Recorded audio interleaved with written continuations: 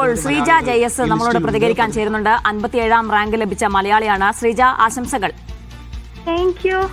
എന്ത് തോന്നുന്നു? ഒത്തിരി സന്തോഷമുണ്ട്. എങ്ങനെയായിരുന്നു പരീക്ഷയ്ക്ക് വേണ്ടിയുള്ള തയ്യാറെടുപ്പൊക്കെ? അത് ഫോർച്യൂൺ അക്കാഡമിയിലാണ് ഞാൻ പഠിച്ചത്. മെയ് 2024 ഞാൻ ഫോർച്യൂണിലോട്ട് ജോയിൻ ചെയ്തത്. Full preparation, prelims, mains, interview അവിടെയായിരുന്നു. അപ്പം ടെസ്റ്റ് സീരീസിന്റെ ഷെഡ്യൂൾ അനുസരിച്ച് ഡിസിപ്ലിൻ ആയിട്ട് ഞാൻ പഠിച്ചു. അത് ഓവർ ദി ടൈം ഞാൻ ഇമ്പ്രൂവ്മെന്റിൽ ഫോക്കസ് ചെയ്യുന്നുണ്ടായിരുന്നു. അങ്ങനെ അടിക്കടിയുള്ള ഇമ്പ്രൂവ്മെന്റിൽ കൂടെയാണ് എനിക്ക് നന്നായിട്ട് എക്സാം അറ്റൻഡ് ചെയ്യാൻ പറ്റിയത്. ഞാൻ ഉറച്ചു വിശ്വസിക്കുന്നു. എങ്ങനെയായിരുന്നു? പ്രതീക്ഷ ഉണ്ടായിരുന്നോ?